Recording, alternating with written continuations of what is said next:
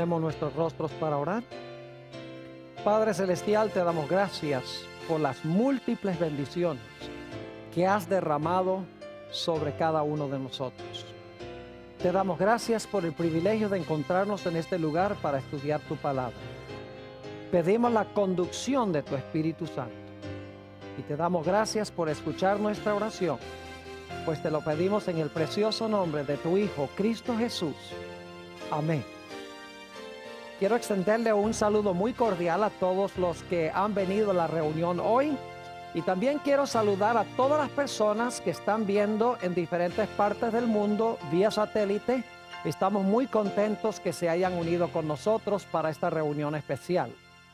El título de nuestro tema hoy es Un árbol y un día. Y creo que a medida que estudiemos se van a dar cuenta por qué le he puesto ese título a un tema tan importante como el que vamos a estudiar el día de hoy. Cuando examinamos el relato de la creación, hay un hecho que salta de las páginas, y es que Adán y Eva no vieron a Dios crear absolutamente nada. Cuando Dios creó todo lo que está en este mundo, Adán y Eva no estaban.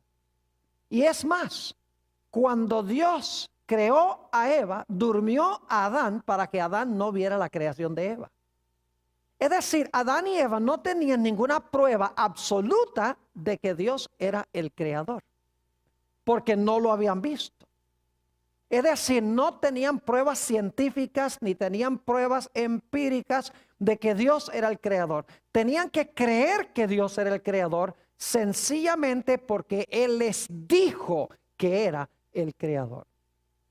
Ahora, para probar la fe de ellos en Él como creador, Dios colocó en el huerto una prueba. Es decir, como criaturas, ellos tenían que reconocer a Dios como creador y tenían que pasar la prueba.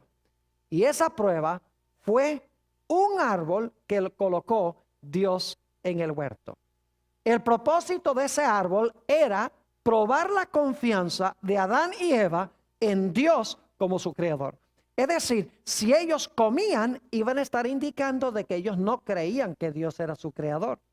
Si ellos se abstenían de comer, entonces iban a demostrar que ellos aceptaban a Dios como su creador. Quiero que notemos lo que dice el libro de Génesis sobre ese árbol. Vamos a Génesis, el capítulo 2 y el versículo 16. Génesis, el capítulo 2 y el versículo 16. Y quiero que noten que aquí tenemos en Génesis 2:16 un mandato positivo, primero, con respecto al árbol. Dice allí en el versículo, vamos a leer el versículo 15 para el contexto.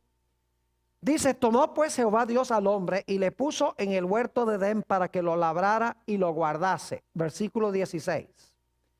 Y mandó Jehová Dios al hombre diciendo: de todo árbol del huerto, ¿qué? Comerás. Fíjense que Dios primero da un mandato positivo.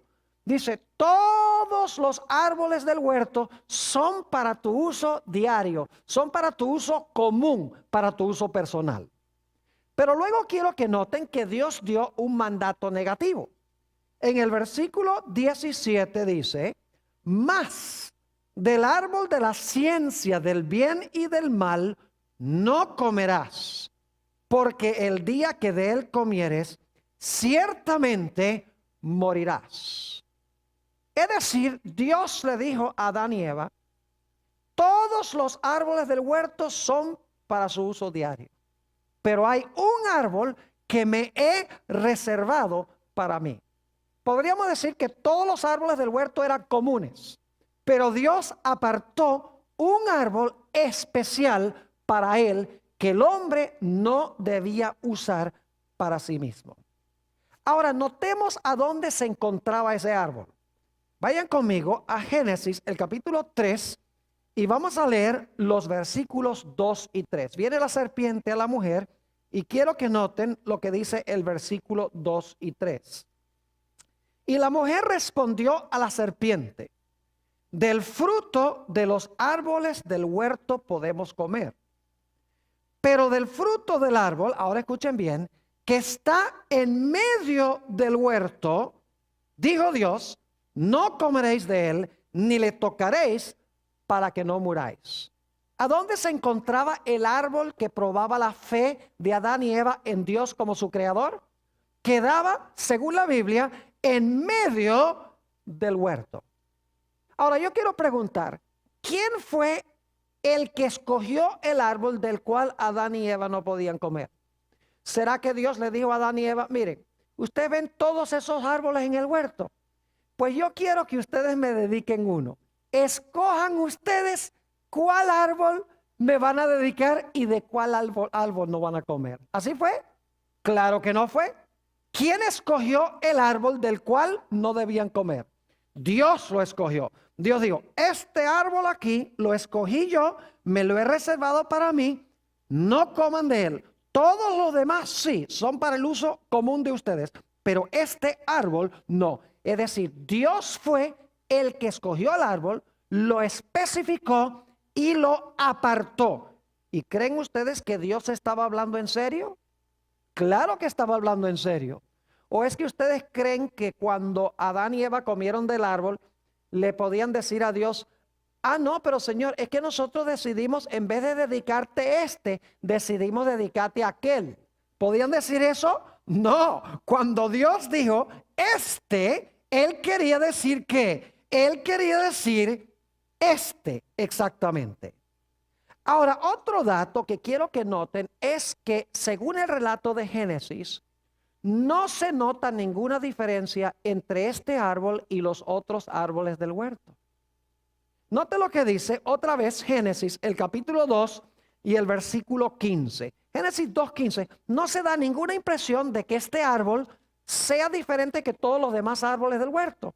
Es decir, lo único que distingue a este árbol de todos los demás árboles es que Dios lo apartó. No es su apariencia externa, no es que este árbol es más grande, no es que este árbol tiene una aureola de luz que lo rodea, no es que este árbol tiene un fruto más bonito o un fruto diferente. Es decir, el árbol se parece a todos los demás árboles.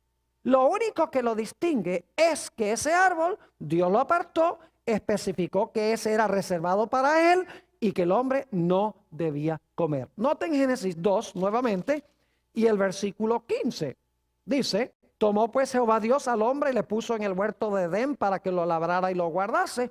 Y mandó Jehová Dios al hombre diciendo, de todo árbol del huerto comerás, mas del árbol de la ciencia del bien y del mal no comerás, porque el día que de él comieres, ciertamente morirás. Ninguna evidencia de que este árbol era distinto a cualquier otro árbol. Es decir, este árbol lo escogió Dios arbitrariamente, sin razón alguna, no porque era diferente de los demás árboles, sino sencillamente porque Dios quería probar la fe del hombre para ver si él iba a respetar el árbol de Dios. Ahora yo quiero preguntar, ¿cuántos de los árboles del huerto pertenecían a Dios? Todos, ¿verdad que sí? Note lo que dice el Salmo 24 y el versículo 1. El Salmo 24 y el versículo 1. Todo lo que Dios hizo en la creación era de él. Dice allí en el Salmo 24 y el versículo 1, un versículo muy bien conocido, dice, de Jehová es la tierra y su plenitud, el mundo y los que en él habitan. ¿A quién le pertenece la tierra?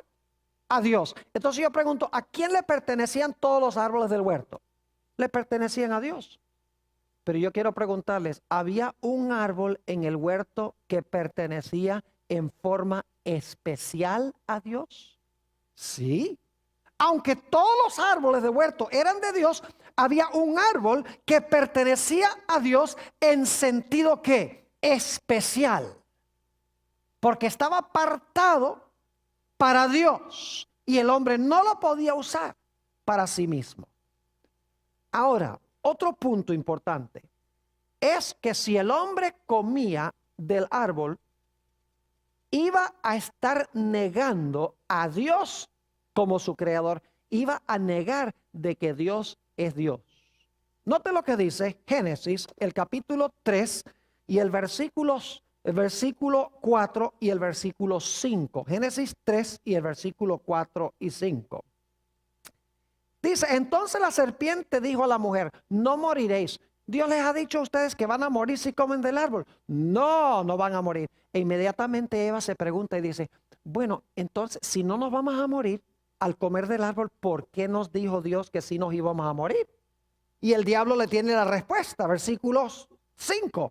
Sino que sabe Dios que el día que comáis de él, serán abiertos vuestros ojos y seréis como Dios, sabiendo el bien y el mal. Yo pregunto, si Adán y Eva iban a ser Dios, entonces yo les pregunto, ¿había una distinción entonces entre ellos y Dios? Claro que no, porque si ellos iban a ser Dios como Dios, entonces ya Dios no es supremo, ya Dios no es el creador. ¿Y ellos son qué? Y ellos son criaturas. Es decir, que cuando el diablo le dijo a Eva, tú vas a ser Dios, en realidad el diablo le estaba diciendo, tú no tienes que respetar a Dios como tu creador, porque tú puedes ser igualito que él. Y está insinuando de que Dios en cierta ocasión comió del árbol y cuando comió del árbol se hizo Dios. Y desde ese momento le dijo a la gente, no comas porque te vas a morir. Pero en realidad lo que Dios no quería era que el hombre llegase a ser Dios como él. Es decir, lo que el diablo quería era borrar la distinción entre la criatura y su ¿qué? Y su creador. Quería que el hombre negara a su creador. Ahora, obviamente la Biblia dice que Adán y Eva comieron del árbol de la ciencia del bien y del mal. Y según vimos en un tema anterior, en Génesis el capítulo 3 y el versículo 13, nos dice que Eva se quejó ante Dios diciéndole que la serpiente la engañó. Ahora, es muy importante repasar dos puntos claves en cuanto al engaño. En primer lugar, para que algo engañe a una persona, tiene que parecerse mucho a la verdad. Es decir, las mentiras que más engañan son aquellas que se parecen más a la verdad. En segundo lugar, el engaño o la falsificación viene después de lo genuino o de lo verdadero. ¿Me están entendiendo lo que estoy diciendo? Es decir, lo falso viene después de lo genuino en tiempo. Y para que la gente pueda aceptar lo falso como si fuera verdadero, lo falso tiene que parecerse lo más posible ¿a qué? Lo más posible a lo verdadero. Ahora yo pregunto, ¿cuál era la pena que se iba a ejecutar si Adán y Eva comían del árbol? ¿Qué es lo que había dicho Dios? En el versículo 17 Dios dijo, el día que de él comieres, ciertamente que, ciertamente morirás. Así que hemos estudiado en cuanto al árbol de la ciencia del bien y del mal. Vamos a repasar lo que hemos estudiado porque es muy importante. En primer lugar, Adán y Eva no tenían ninguna prueba de que Dios era su creador. Tenían que aceptarlo por fe. En segundo lugar, Dios dio un mandato positivo. Pueden comer de todos los árboles del huerto, son para su uso personal. Encontramos también que Dios dijo, pero hay un árbol del cual no pueden comer. Ese me lo he reservado para mí. Ese ustedes no pueden participar de él. Encontramos que ese árbol estaba ¿a dónde? En medio del huerto, en el medio del huerto. Hemos visto que ese árbol lo escogió Dios. No era diferente que todos los demás árboles. Era muy parecido a los demás. Lo que lo distinguía era que Dios lo había apartado para sí de todos los demás árboles. Hemos notado que Dios era el dueño de todos los árboles del huerto, pero era dueño de ese árbol en forma ¿qué? En forma especial. Y hemos visto que comer del árbol iba a significar que el hombre quería hacerse Dios y ya no se quería reconocer como criatura, ni quería reconocer que Dios era su creador. Y nos hemos dado cuenta que para que algo engañe, tiene que parecerse lo más posible a la verdad y que la falsificación siempre viene después de lo genuino. Y finalmente nos dimos cuenta que la pena o la penalidad por comer del árbol iba a ser ¿qué cosa? La muerte. Ahora yo quiero preguntarles, vamos a hablar ahora del día. Ya hemos hablado del árbol, ahora vamos a hablar del día. Yo vi a algunos de ustedes sonriendo a medida que yo iba trazando esta primera parte del tema, porque yo creo que muchos de ustedes saben para dónde vamos nosotros con esto. Porque el día se parece al árbol en muchos sentidos. Ahora yo quiero preguntarles, ¿tenemos nosotros hoy alguna prueba de que Dios sea el creador? ¿Tenemos más pruebas hoy que lo que tenían Adán y Eva? ¿Sí? ¿Cuáles son? ¿Ustedes vieron la creación? ¿Ustedes vieron a Dios crear algo? No. Entonces, ¿tenemos alguna prueba nosotros hoy de que Dios fue el creador más que Adán y Eva? Claro que no, porque nosotros no estuvimos allí. ¿Verdad que sí? Por eso dice, si van conmigo a Hebreos, el capítulo 11, Hebreos, el capítulo 11, se nos dice algo muy interesante en cuanto a la creación. Dice allí en Hebreos 11 y el versículo 3. Por la fe entendemos haber sido constituido el universo por la palabra de Dios, de modo que lo que se ve fue hecho de lo que no se veía. Pregunta, ¿todavía hoy tenemos que confiar por fe que Dios fue el creador?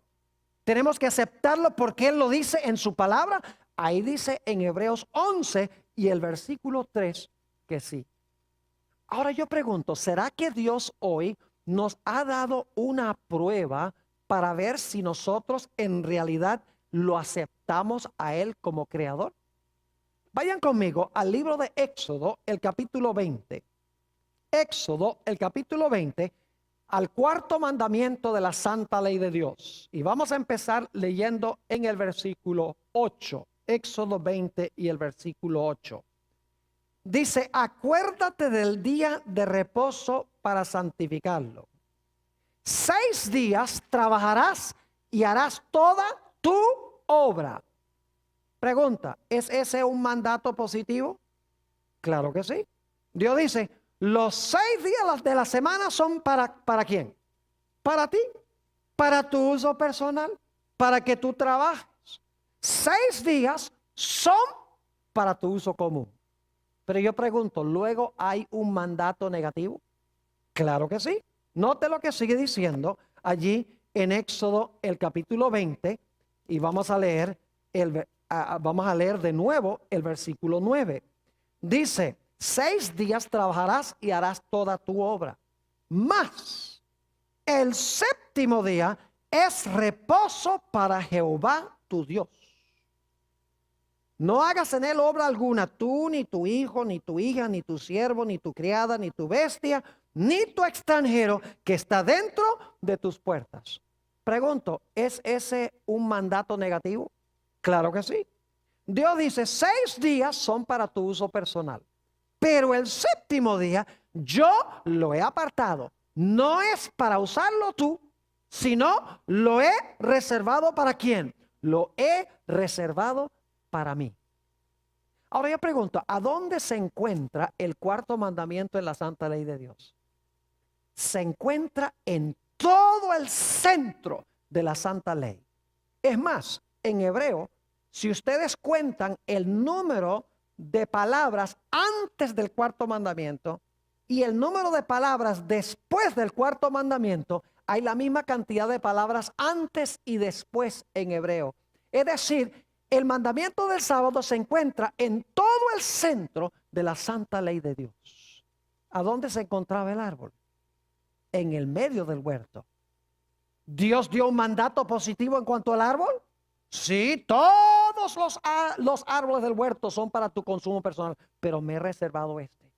Dios dice, todos los días, los 6 días son para tu uso personal, pero me he reservado este. Y en realidad, como el árbol estaba en el centro, de la misma manera, el día sábado está en el centro mismo de la santa ley de Dios.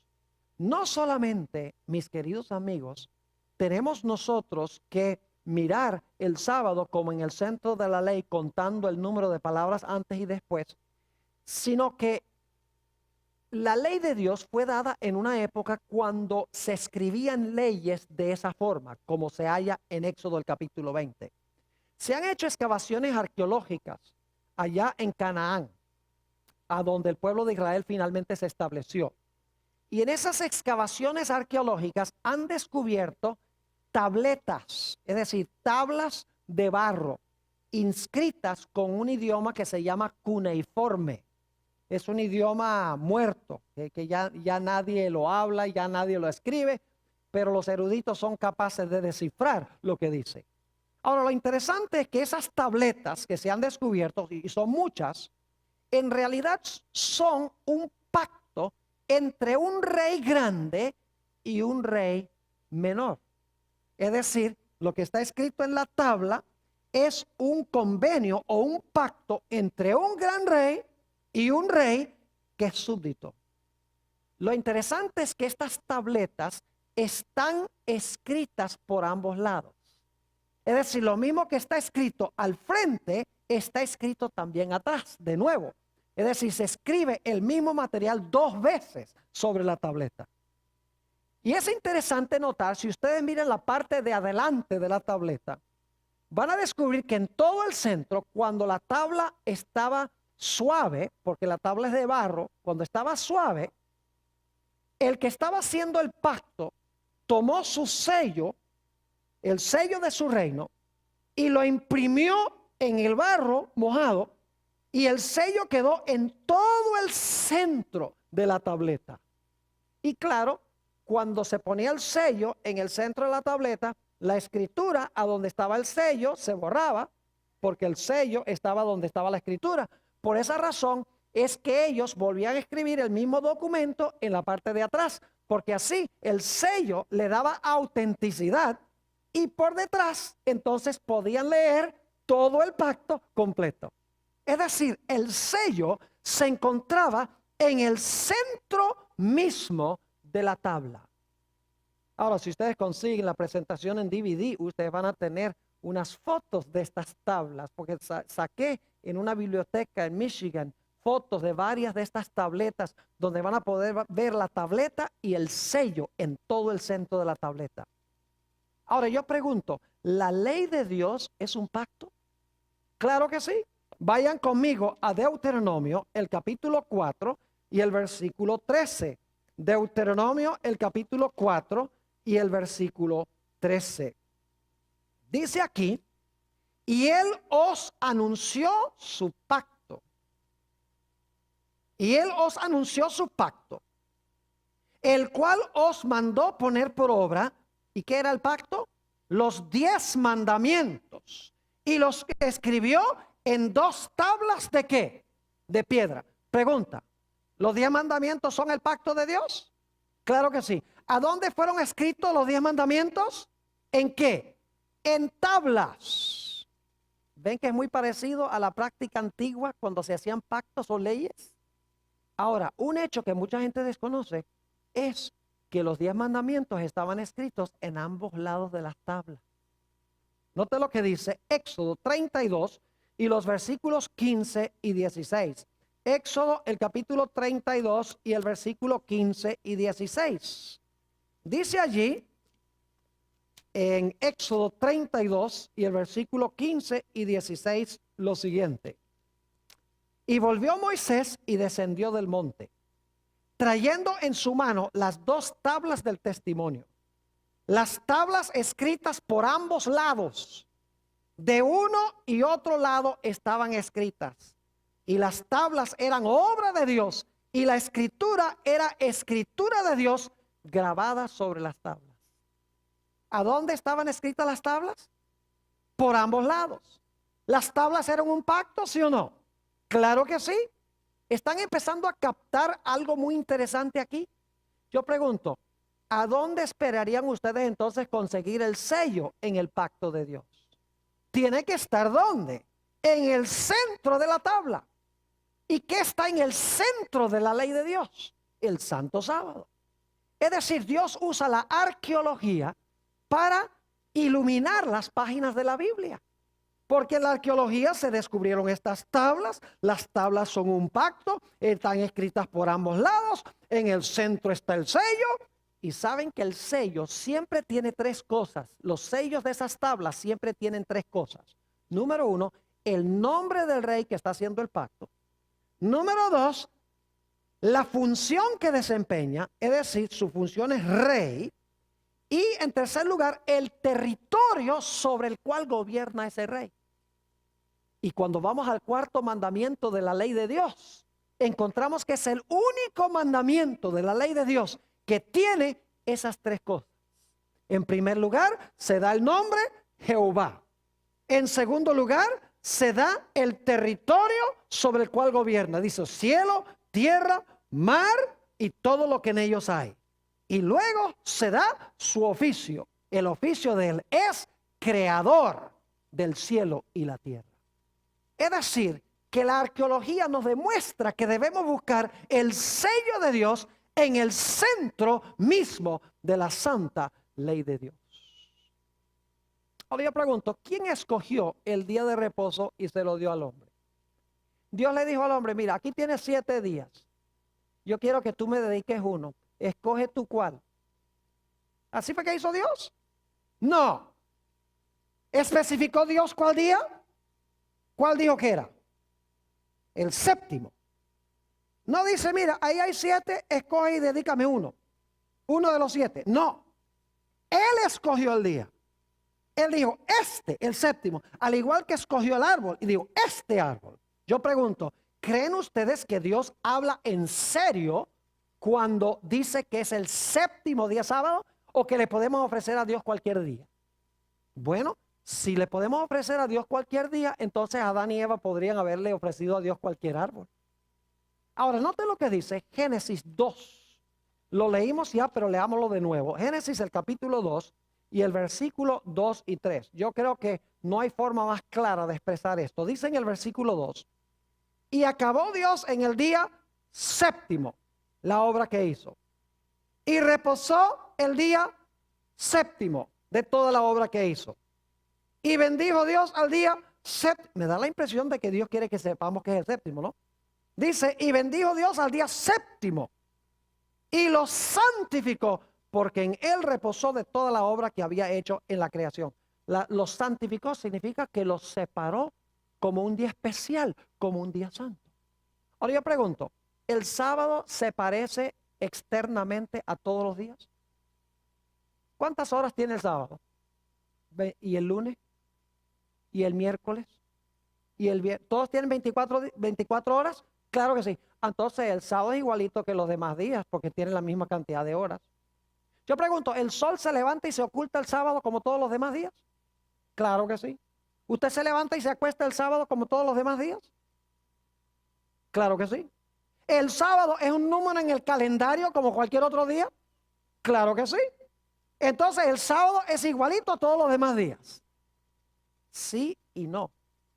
Yo pregunto, ¿el árbol de la ciencia del bien y el mal se parecía a todos los demás árboles?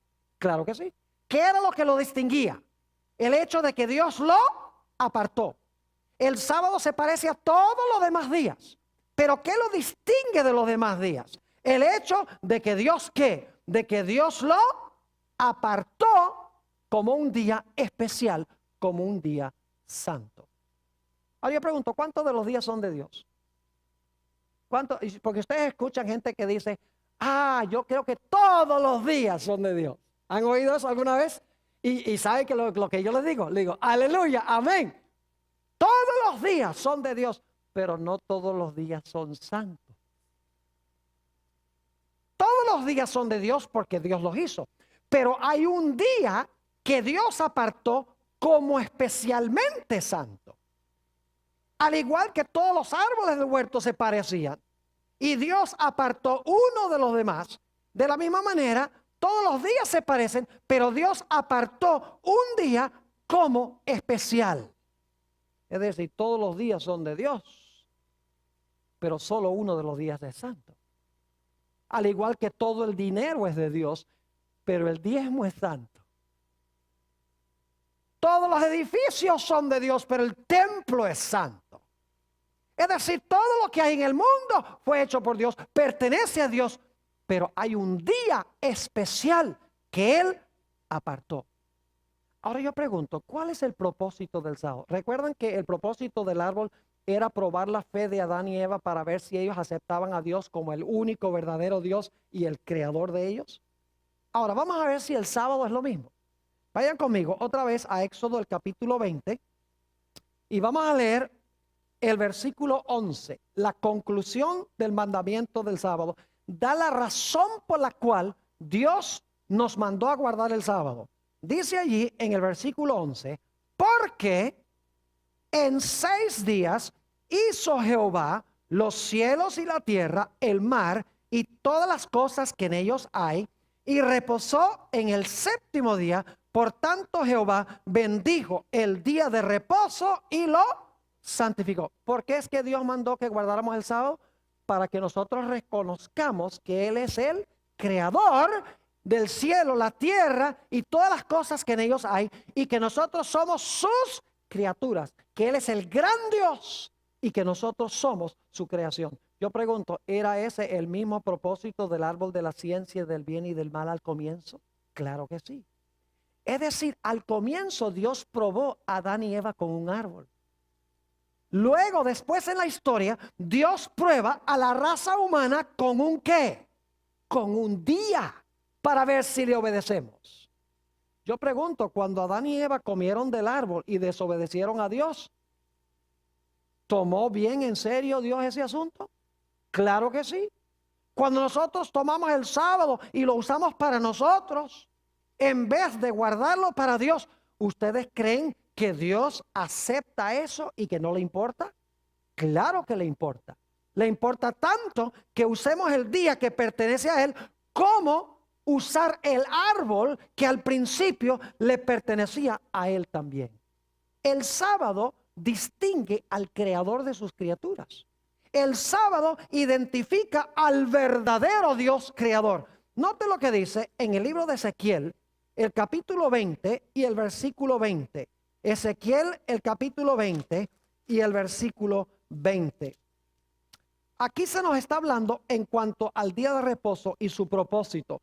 Dice aquí, y santificad mis días de reposo, y sean por señal entre mí y vosotros. ¿Y con qué fin? Para que sepáis que yo soy ¿qué? Para que sepáis que yo soy Jehová vuestro Dios. ¿Cuál es el propósito del sábado? Distinguir entre el Creador y sus criaturas, y para que sus criaturas lo reconozcan a Él como el único Dios verdadero. Ustedes recuerdan que estudiamos un tema anteriormente donde hablamos de la rebelión de Lucifer. ¿Ustedes recuerdan que leímos de Isaías el capítulo 14 y el versículo 14? Tal vez sería buena idea regresar allá otra vez y leer en cuanto a la rebelión de Lucifer. ¿Ustedes recuerdan que Lucifer dijo, ascenderé a las alturas, junto al solio de Dios ensalzaré mi trono, y yo me sentaré a los lados del norte y seré semejante a quién? Y seré semejante al Altísimo. Es decir, Satanás no quería ser criatura, él quería ocupar el lugar de quién, el lugar de Dios. Entonces yo pregunto, ¿ustedes creen que el diablo va a querer que conservemos el sábado? No, porque ¿qué hace el sábado? El sábado identifica al verdadero Dios, ¿qué? Al verdadero Dios creador. Por lo tanto, ¿ustedes creen que el diablo va a odiar el sábado? Claro que sí. Porque cuando la gente guarda el sábado, le están rindiendo homenaje ¿a quién? Al único Dios verdadero, a su Dios creador. Y el diablo quiere es que la gente le rinda homenaje ¿a quién? A Él. Así que Él no puede quedarse con el sábado. Él tiene que buscar una forma de cambiar el día, de hacer un día de reposo Él, para que al guardar la gente el día de reposo de Él, le esté rindiendo homenaje a Él en vez de rendirle homenaje a Dios. ¿Están entendiendo lo que estoy diciendo? Ahora, ustedes recuerdan que hablamos de la falsificación, ¿verdad? Yo pregunto, ¿el sábado es un día de reposo? Sí. ¿Y los cristianos dicen que el domingo también? Claro que sí. Ahora yo pregunto, ¿cuál de los dos es el genuino día de reposo? Porque ustedes ven y se ven igualitos. ¿Verdad que sí? La pregunta clave es, ¿cuál de los dos es el verdadero? La respuesta es muy sencilla. Usted tiene que buscar cuál fue el genuino primero, porque la falsificación viene después. Yo pregunto, ¿cuál fue el día genuino de reposo que hizo Dios al mismo comienzo? El sábado. Lo dice en Génesis. ¿Creen ustedes que más adelante en la historia Satanás va a implementar una falsificación? Claro que sí. Y yo pregunto, ¿cuál debe ser el día falso de reposo? Tiene que ser el domingo. Porque el domingo viene después. Y se parece mucho al sábado. La gente va a la iglesia, la gente profesa rendirle homenaje a Dios. Es un día de 24 horas. Parecen honrar a Cristo porque resucitó ese día. Es decir, parece ser un día muy religioso. Pero en realidad, el día genuino lo hizo Dios primero, desde el mismo momento de la creación. Ahora, hemos estudiado un tema donde hablamos sobre la iglesia romana que pensó que podía cambiar el día de reposo de Dios. ¿Saben ustedes por qué la iglesia romana pensó que era necesario cambiar el día de reposo? Escuchen bien, les voy a mencionar algo muy importante ahora. Leímos varias citas a donde los obispos de Roma, los papas, a través de los 1260 años, profesaban que ellos eran Dios en la tierra. ¿Ustedes recuerdan esas citas que leímos? Que decían los obispos de Roma, los papas decían que nosotros ocupamos el lugar de Dios en la tierra. Ahora yo pregunto, ¿podrían ellos conservar el sábado y la gente creer lo que estaban diciendo? No, porque al guardar el sábado decía que el sábado dice que hay un solo Dios verdadero, el que está en el cielo. Entonces, ¿cómo es que tú dices que eres Dios y que hay que guardar el sábado? Porque el sábado me demuestra que hay uno solo verdadero, que es el que está allá. Así que para hacerse pasar por Dios, no podía quedarse con la señal del Dios verdadero. Tenía que implementar una falsificación, una falsa señal, que fuera señal de Él, en vez de apuntar al Creador, al Dios verdadero. Y por lo tanto dice en Daniel 7:25 que el cuerno pequeño pensó que podía cambiar inclusive ¿qué cosa? Podía cambiar la santa ley de Dios. Mis queridos amigos, este no es un asunto de días. Tenemos que entender eso. Algunos dicen, ¿usted cree que el sábado es mejor que el domingo? Y yo les digo sí, pero no porque un día sea superior a otro en sí mismo, sino porque Dios apartó el sábado como día de reposo y no apartó el domingo como un día santo. En ninguna parte de la Biblia va usted a encontrar eso. Es decir, cuando yo guardo el sábado, yo estoy reconociendo la autoridad del que hizo el sábado. Cuando yo estoy guardando el domingo como día de reposo, yo estoy aceptando la autoridad del que hizo el domingo como día de reposo. Y escuchen bien, la observancia del domingo, y muchos posiblemente hacen esto ignorantemente, la observancia del domingo es idolatría. Y usted dice, pastor, ¿cómo dice usted eso? Entonces hay mucha gente que está practicando idolatría sin saberlo. La respuesta es que sí. Por eso Dios los manda a salir de Babilonia. Déjeme explicarles lo que quiero decir. Yo les pregunto, ¿quién hizo el sol? Dios, ¿verdad que sí? ¿Lo hizo con fines religiosos para la adoración? No. Es un objeto secular para dar luz, ¿sí o no? No tiene propósito religioso. ¿Qué pasa si usted convierte el sol en algo para ser adorado? ¿Cómo llamamos eso? Idolatría. Ahora yo pregunto, ¿quién hizo el primer día de la semana? Dios. ¿Lo hizo para la adoración? ¿Lo hizo para fines religiosos? No. Entonces, ¿qué pasa si usted lo convierte en un día santo con fines religiosos? Eso es idolatría. No importa que usted use un objeto, el sol, que Dios no creó para fines religiosos, o un día que Dios no creó para fines religiosos. No interesa que sea un día o que sea un objeto. Igual, cualquier cosa que el hombre pone con fines religiosos para la adoración, que Dios no creó para la adoración, es ¿qué cosa? Es idolatría. Y yo quiero leerles una cita muy interesante aquí que demuestra cómo la Iglesia Católica ve este asunto de la observancia del día de reposo. Esta cita viene de del que fue presidente de la Universidad Redentorista de América por muchos años. Y fíjense lo que dice. fue la Santa Iglesia Católica la que cambió el reposo del séptimo día sábado al domingo, primer día de la semana. Leo de nuevo. Fue la Santa Iglesia Católica la que cambió el reposo del séptimo día sábado al domingo, primer día de la semana. Y no solo ha mandado a todos a que guarden el domingo, sino que ha mandado a todos bajo pena de anatema que trabajen el séptimo día. Los protestantes profesan reverenciar grandemente la Biblia y no obstante, por el acto solemne de guardar el domingo, están reconociendo el poder de la Iglesia Católica. Porque la Iglesia Católica fue la que creó el día. Sigue diciendo, la Biblia dice, acuérdate del día sábado para santificarlo. Pero la Iglesia Católica dice, no, santifica el primer día de la semana. Y he aquí que todo el mundo civilizado, ahora escuchen esto, todo el mundo civilizado se inclina en humilde obediencia al mandato de la Santa Iglesia Católica. Esa expresión está interesante. Se inclina en humilde obediencia al mandato de la Santa Iglesia Católica. Es decir, que cuando nosotros guardamos el día que fue creado por la Iglesia Romana como día santo, le estamos rindiendo homenaje al que creó ese día. Es asunto de autoridad. El día demuestra qué autoridad aceptamos. Cuando yo guardo el sábado, el día que Dios apartó y santificó, entonces yo estoy aceptando la autoridad o el individuo que hizo ese día como día de reposo. No es cuestión de días, sino qué autoridad acepto. Y la Biblia enseña que en los últimos días, mis queridos amigos, esta va a ser la gran prueba de la raza humana.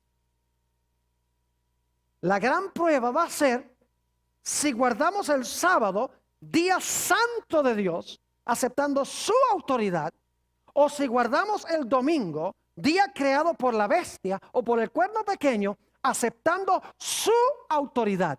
Es decir, al final de la historia, Dios nos va a probar con un día como originalmente probó a Adán y Eva con un árbol. Ahora, permítame contarles un par de historias bíblicas sobre este punto. ¿Les está quedando claro este punto? Ahora, escuchen bien. Hay una historia en la Biblia muy interesante, la historia de Nadab y Abiú. Eran hijos de Aarón, el sumo sacerdote. Dios había llovido fuego del cielo sobre el altar. Ustedes pueden leer esta historia en Levítico, el capítulo 10. Solamente se las voy a contar. Dios había llovido sobre el altar fuego. Y le había dicho a los sacerdotes, cuando ustedes entren al santuario o al templo con fuego, asegúrense de que lleven fuego de ese altar. Porque ese fuego santo, ese lo lloví yo del cielo, ese fuego santo. No me lleven otro fuego. No me lleven el fuego con que cocina.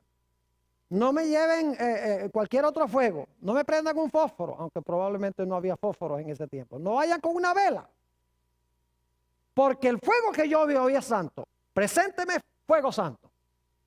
Pero la Biblia dice que Nadab y Abiú, los hijos de Aarón, bebieron mucho vino. Lo encuentran ahí en Levítico 10.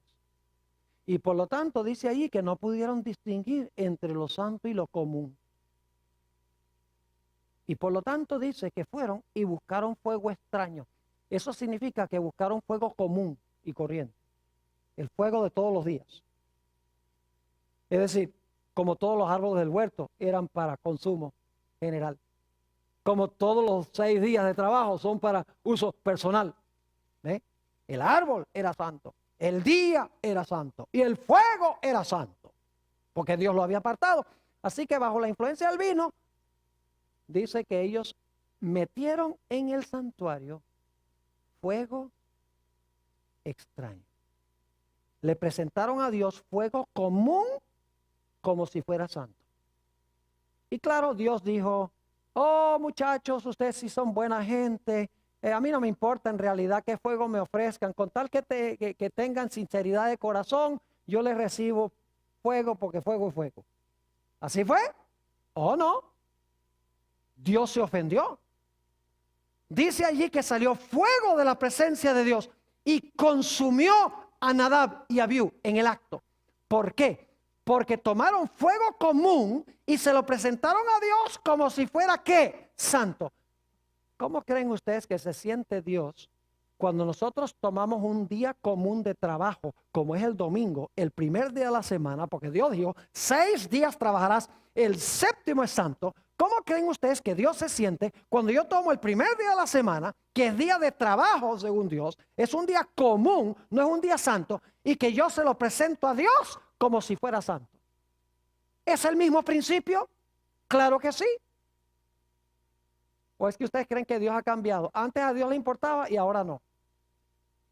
Dice, antes a mí me importaba mucho que me ofrecieran lo que yo he dicho, los santos. Pero hoy en día a mí ya no me interesa eso. Oh, Dios sí le interesa. Mire, si Dios acepta un día común de trabajo como santo, cuando no ha sido santificado, entonces Dios va a tener que pedirle perdón a Nadab y Abiú. Porque eso es precisamente lo que hicieron ellos. Hay otra historia en la Biblia donde se nos dice que Belsasar, y esto se encuentra en Daniel, el capítulo 5, el rey Belsasar, rey de Babilonia, quien sabía toda la historia de Babilonia, cómo Dios había obrado en la vida de Nabucodonosor, su abuelo, cómo Nabucodonosor se había vuelto loco por 7 años. Dios lo volvió vegetariano porque le tocó salir a comer hierba como un animal. Y él sabía que era por la soberbia de Nabucodonosor. Y ahora dice ahí en Daniel 5, los primeros versículos del capítulo, que Belsasar y los que invitó al banquete empezaron a beber vino. Y después de beber vino se entorpeció su mente. Y dice que Belsasar mandó a traer los vasos sagrados que se usaban en el templo de Jerusalén, que Nabucodonosor había traído de Jerusalén cuando había traído cautivo a Daniel y a sus compañeros. Y dice que mandó a traer esos vasos que eran santos para usarlos en el banquete para echarles vino común y corriente. Es decir, no usarlos con fines santos, sino usarlos con fines comunes. ¿A Dios le importó? Oye, le importó bastante. Porque cuando pasó eso, dice que apareció un dedo en la pared, escribiendo, que decía, tu reino ha sido pesado en balanza y ha sido hallado falto. Tu reino va a ser entregado a los medos y a los persas. Porque bajo la influencia del vino, le ofreció en el banquete los vasos santos y los trató como si fueran comunes. Ahora, ¿por qué traigo a colación esta historia? Sencillamente porque Dios no acepta que nosotros le ofrezcamos un día común, como el domingo, como si fuera santo. Y Dios tampoco acepta que nosotros tomemos su día santo y lo tratemos de una forma común. Es decir, estas dos historias ilustran los dos lados de la moneda. Tomar el domingo y ofrecérselo a Dios como si fuera santo. Y tomar el sábado y tratarlo como si fuera un día ¿qué? El día santo, y tratarlo como si fuera un día común. Es decir, Dios no acepta en ningún sentido de la palabra que nosotros tomemos lo que es santo y lo tratemos de una forma común. Y lo común y lo tratemos como si fuera santo. Y saben ustedes que en Ezequiel 44 dice claramente que la responsabilidad de los sacerdotes era enseñarle al pueblo a distinguir entre lo santo y lo común. Es decir, este asunto pesa sobre los pastores, sobre los ministros, porque ellos son los responsables de enseñar y adiestrar a su pueblo a distinguir entre lo santo y lo común. Lamentablemente, muchos ministros hoy en día le están diciendo a la gente, a Dios no le importa el día, todos los días son de Dios, y si le ofreces el domingo en honor a la resurrección, Él acepta eso. Y la gente, en vez de estudiar la Biblia por sí mismos, lo que hacen es recibir y aceptar lo que se les enseña. Es decir, están borrachos con el vino de Babilonia. ¿Saben ustedes que Apocalipsis, el capítulo 18 y también el capítulo 14, dice que en los últimos días va a haber una ramera que se llama Babilonia, que es la falsa religión, que le va a dar el vino de su fornicación a las muchedumbres y a los reyes de la tierra? Ya no es vino de una botella, sino que representa falsas enseñanzas o falsas doctrinas que van a entorpecer el pensamiento de la gente y no va a permitir que ellos distingan entre un día santo y un día común. Mis queridos amigos y hermanos, el libro de Apocalipsis, cuando habla del sello de Dios, está hablando del sábado. Lo hemos visto porque el sello se encontraba en el centro de la tabla. Ahora, si el sello de Dios es un día de reposo, el genuino, el sábado, yo pregunto entonces, ¿qué debe ser la marca de la bestia? Debe ser un día contrario. Debe ser el cambio en la ley que hizo el cuerno pequeño. Permítame leerles un par de citas aquí de la misma Iglesia Católica sobre la marca de autoridad de su iglesia. Esta cita es de C.F. Thomas, quien fue canciller por muchos años del cardenal Jaime Gibbons, que fue cardenal de en la ciudad de Baltimore. Dijo esto: claro que la Iglesia Católica afirma que el cambio fue acto suyo. Y este acto constituye una marca de su poder eclesiástico y su autoridad en asuntos religiosos. El cambio de día es una ¿qué? Es una marca, según dice él. En una revista que se llama The Catholic Record, septiembre 1, 1923, dice esto, el autor católico: el domingo es nuestra marca de autoridad. Es el uso de la palabra marca. Es la marca de nuestra autoridad. La iglesia está por encima de la Biblia. Y este cambio de la observancia del sábado es una prueba de tal hecho.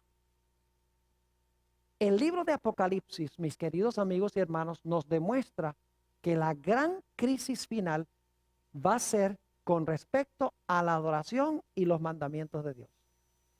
Por ejemplo, Apocalipsis 14:12, la conclusión del mensaje del tercer ángel, dice: aquí está la paciencia de los santos, aquí están los que guardan los mandamientos de Dios y la fe de Jesús.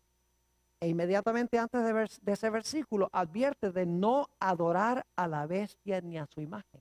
Es decir, los que adoran a la bestia y su imagen son contrarios a los que guardan los mandamientos de Dios y tienen la fe de Jesús. Apocalipsis 12:17 dice: entonces el dragón se airó contra la mujer y se fue a hacer guerra contra el remanente de la simiente de ella, contra aquellos que guardan los mandamientos de Dios y tienen el testimonio de Jesucristo.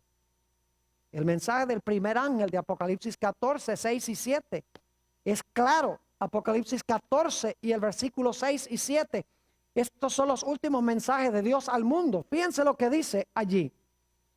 Y vi volar por el medio del cielo a otro ángel que tenía el evangelio eterno para predicarlo a los moradores de la tierra, a toda nación, tribu, lengua y pueblo, diciendo a gran voz: temed a Dios y dadle gloria, porque la hora de su juicio ha llegado. Y ahora escuchen: y adorad a aquel que hizo el cielo y la tierra, el mar y las fuentes de las aguas. ¿Qué nos dice Dios en el último mensaje al mundo? Que hay que adorar ¿a quién? Al Creador. Y fíjense que esto es una cita que viene del cuarto mandamiento de Éxodo 20 que leímos.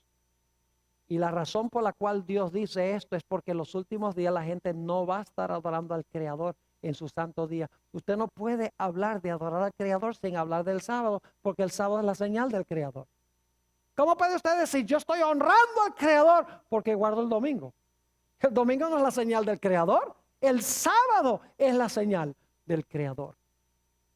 La Biblia dice que la gran prueba final va a ser con respecto al sello de Dios y la marca de la bestia, los mandamientos de Dios y los mandamientos de los hombres. El cambio en la ley de Dios por el cuerno pequeño y la ley de Dios como se haya escrita en la santa palabra del Señor. Ahora, alguna persona podría decir: bueno, Pastor Boris, esto ha sido un tema bastante fuerte, directo. Es verdad. Yo quiero que ustedes no piensen que es que Dios nos impone el sábado y dice: tienes que guardar el sábado. El punto clave es que si nosotros amamos a Dios, vamos a aceptar su autoridad. y vamos a hacer lo que Él dice. Si Dios dice sábado, vamos a guardar el sábado. Si Dios dice, ofrece este fuego santo, vamos a ofrecer este fuego santo.